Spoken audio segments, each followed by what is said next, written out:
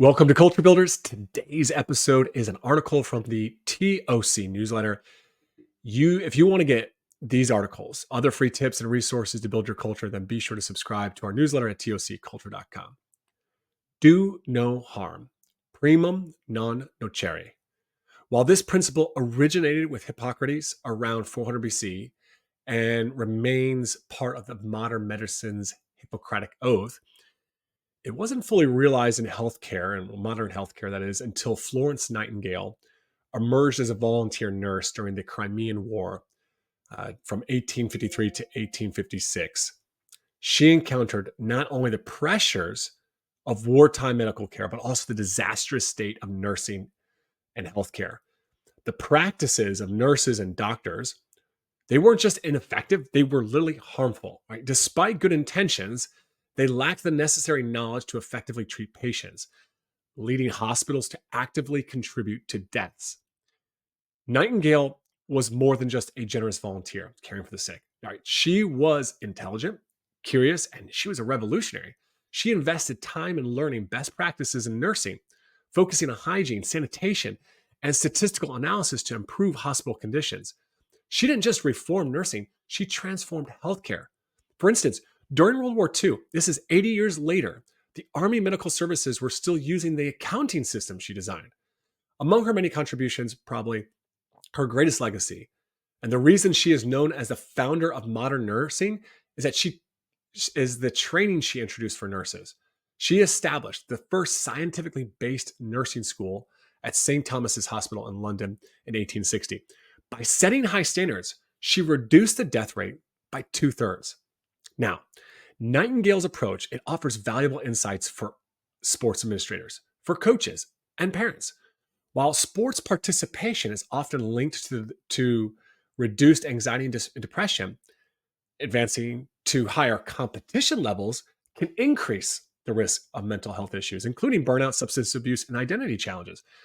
As for character, well, the research shows sports may develop performance traits like grit and goal setting, but the sport's impact on moral traits such as empathy and integrity and teamwork, well, that's less clear. Like sports can often foster aggression and a win at all cost mentality. The reality is, we don't need research to tell us what we already know and have experienced as athletes, coaches, parents, administrators, and fans. In many cases, sports are harming young people due to the pressures of social media, scholarships, overtraining, toxic team cultures, and negative coaching and parenting behaviors. To address these issues, we need to do more than require coaches to complete safe sport training or talk about mental health. Like Nightingale, we need to address the entire system. We must study, research, and discover better ways to coach, parent, and organize leagues and competitions. Then we need to advocate for change, just as Nightingale did. And like her, we need to train coaches on the best practices and hold them accountable. For too long, coaches have had way too much autonomy in how they run their teams and how they coach athletes. Standardizing methods, processes, and procedures, it's essential if we want to improve sports outcomes.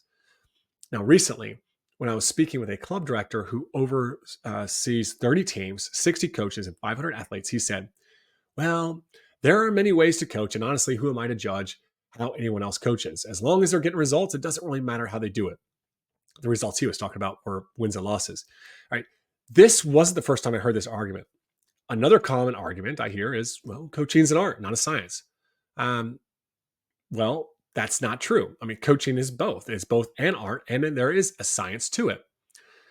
See, like while nurses, they may have different bedside manners, there are best practices for tasks like drawing blood or washing hands based on evidence and standards that ensure patient safety. It's not just about personal preference. It's about following like proven methods for the best outcomes. Well, similarly in coaching, evidence-based practices create better conditions for athletic performance, character building, mental health. So to improve sports, we need to adopt a more aggressive approach, like Nightingale's, setting high standards and training coaches to meet them.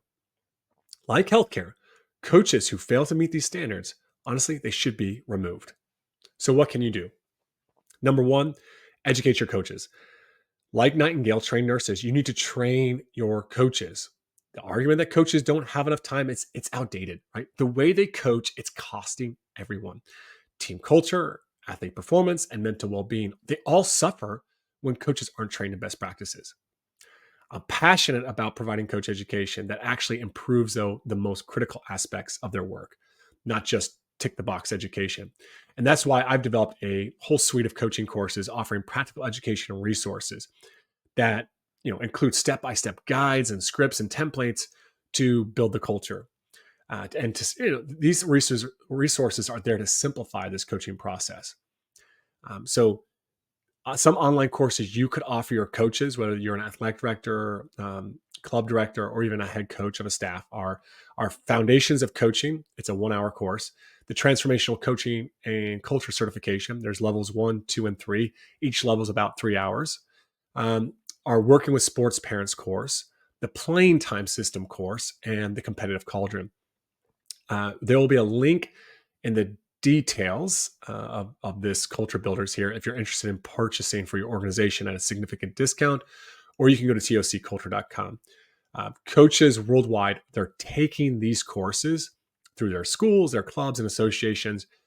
Recently, associations like the Coaches Association of Ontario and the Colorado High School Activities Association, they've mandated our Foundations of Coaching course for all new coaches in the state, which has been really powerful.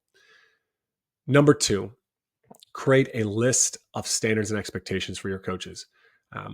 This applies if you're an athletic director, club director, or just a head coach of a staff. These standards and expectations, they should include behavioral standards, like taking an interest in every athlete, and behaviors you will not tolerate, like shaming or tearing down athletes. Expectations around processes for building a strong culture as well, like creating a supportive environment and developing character, should also be included. Now, in the organizations I've worked with, I've co-created these lists with head coaches to align them with the club or athletic department's mission and values.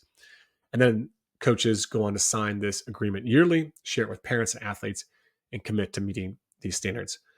Coaches who repeatedly fail, well, they're asked to move on. The third thing is to coach your coaches through development plans. Every coach needs coaching, so sit down with them before the season to set goals for themselves personally, professionally, and the team culture. Identify areas for improvement, and then get them to establish commitments. Ask, hey, what can I do to help you be successful? And then document it.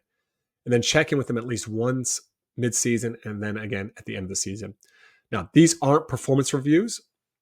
These are supportive conversations.